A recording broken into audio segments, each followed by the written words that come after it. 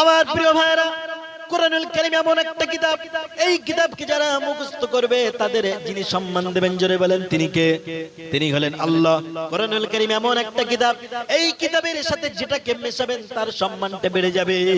আপনার বাড়িতে কত কাঠের টুকরা আছে আমার ভাইয়েরা, বাড়িতে একটা গাছ কাটা হলো, সেই গাছ থেকে কত তক্তা বাইর হলো, কত তক্তা ফার্নিচারে ব্যবহার হলো, সেই ফার্নিচারের তক্তা নিয়ে কেউ মুখে নিয়ে চুমা দেয় না, কিন্তু এই গাছ কাটার ভিতর দিয়ে গাছের একটা তক্তা বাইর হলো, ওই তক্তাটা নিয়ে এই কোরআনুল কারীমের রিহাল কাঠ বানানো হলো।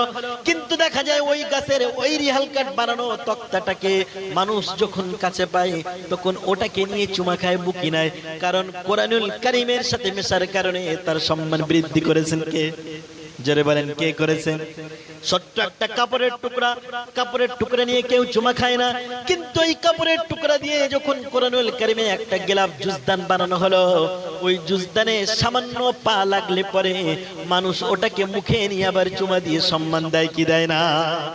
সামান্য একটা কাঠ যদি কোরআনুল কারীমের সাথে মেশার কারণে তার সম্মান বেড়ে যায়, সামান্য একটা কাপড়ের টুকরা যদি কোরআনুল কারীমের সাথে মেশার কারণে তার সম্মানটা বেড়ে যায়, আমার ভাইরা ওই কোরআনুল কারীমের সাথে যদি আমরা নিজেদেরকে মেশাতে পারি, আমাদের সম্মান কে বাড়াবেন? কে বাড়াবেন?